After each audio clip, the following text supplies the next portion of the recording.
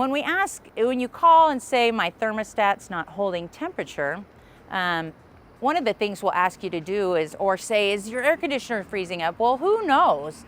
How would you know if your AC is freezing up? So we'll often ask you to go downstairs, and at the furnace, there's a coil that sits on top of your furnace, and that's the coil for the air conditioner. Well, where the refrigerant lines meet the coil, if you notice frost on the outside, that's a usually good indicator. If you notice frost on the outside, it means that on the inside it is a brick of ice, if you can start to see it on the outside. Usually by the time people notice, there'll be a brick of ice all the way out to the condensing unit, and if that's the case, we will tell you to shut the system off for 24 hours before we can come. So we tell you to shut it off for 24 hours before we can even work on it.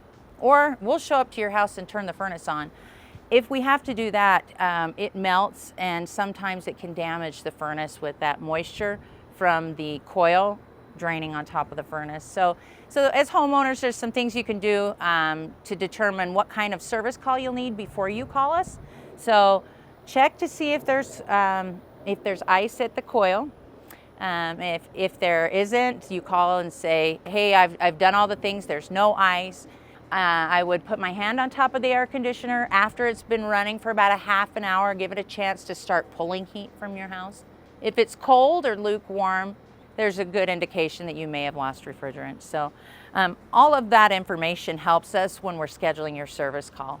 What type of system you have, is it freezing up? If it is, we'll tell you to shut it off.